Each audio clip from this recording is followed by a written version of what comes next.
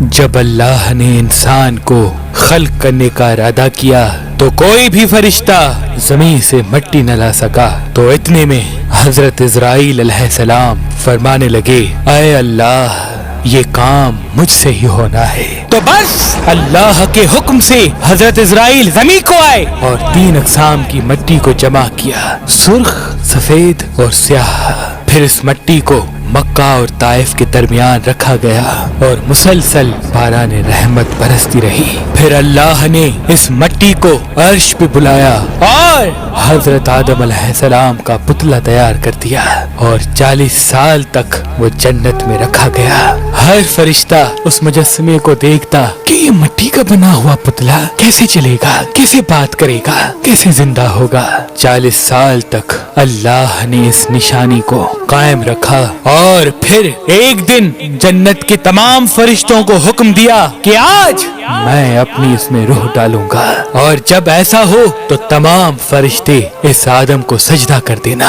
سب فرشتے حیرت سے پتلی کو دیکھ ہی رہے تھے، اتنے میں اللہ نے اس مٹی کے مجسمے میں اپنی روح ڈالی تو آدم علیہ السلام نے چھینک لی، اور تمام فرشتے سجدے میں گر کے اللہ کی تعریف کرنے لگے سوائے ابلیس کے، اور وہ تکبر اور حسد کر بیٹھا۔ اللہ نے اسے اپنی دربار سے نکال دیا۔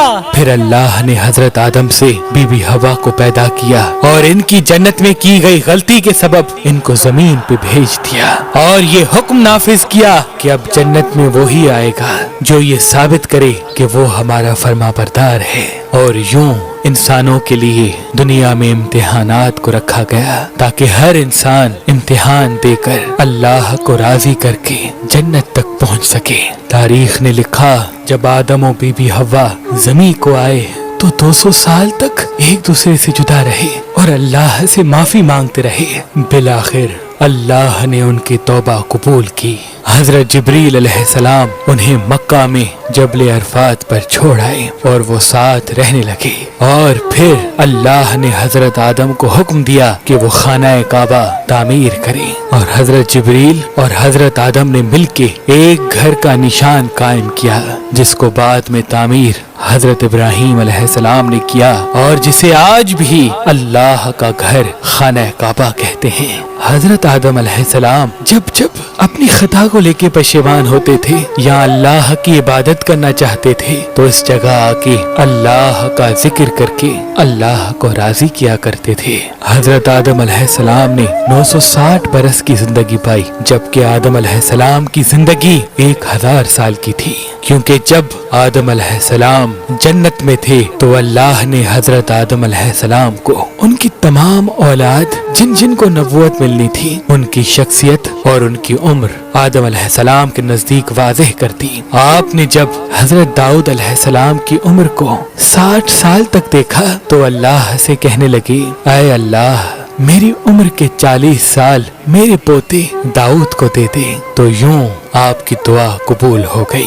اللہ نے آدم علیہ السلام کو 2 فرزند عطا کیے، حابیل و قابیل، لیکن شیطان کے وسوسے، حسد اور نفرت نے جب قابیل کے ہاتھوں سے حابیل کو قتل کروا دیا تو حضرت آدم علیہ السلام اندر سے ٹوٹ گئے اور بار بار اللہ کی دربار میں دعا مانگنے لگے۔ تو ایک دن اللہ نے جبریل امین کو آدم علیہ السلام کے پاس بھیجا اور فرمایا، اے آدم اللہ تمہیں ایسا بیٹا دینے والا ہے جس کے نسب سے انبیاء و اولیاء زمین تک پہنچیں گے، اس کا نام شیس رکھنا۔ شیس کا مطلب ہے اللہ کا عطا کیا گیا تحفہ، اور یوں اللہ نے آدم کی نسل کو زمین پہ پھیلا دیا۔ جب آدم علیہ السلام کا آخری وقت آیا آپ نے اپنے بیٹوں سے کہا کہ میرا جنت کے پھل کھانے کا جی کر رہا ہے۔ آپ کے بیٹے زمین پہ جنت کے پھل ڈھونڈتے رہے کہ اچانک سے ان کو فرشتے ملے اور کہنے لگے، اے بنی آدم کہاں جا رہے ہو؟ انہوں نے کہا، ہم اپنے بابا آدم کے لیے جنت کے پھل ڈھونڈ رہے ہیں۔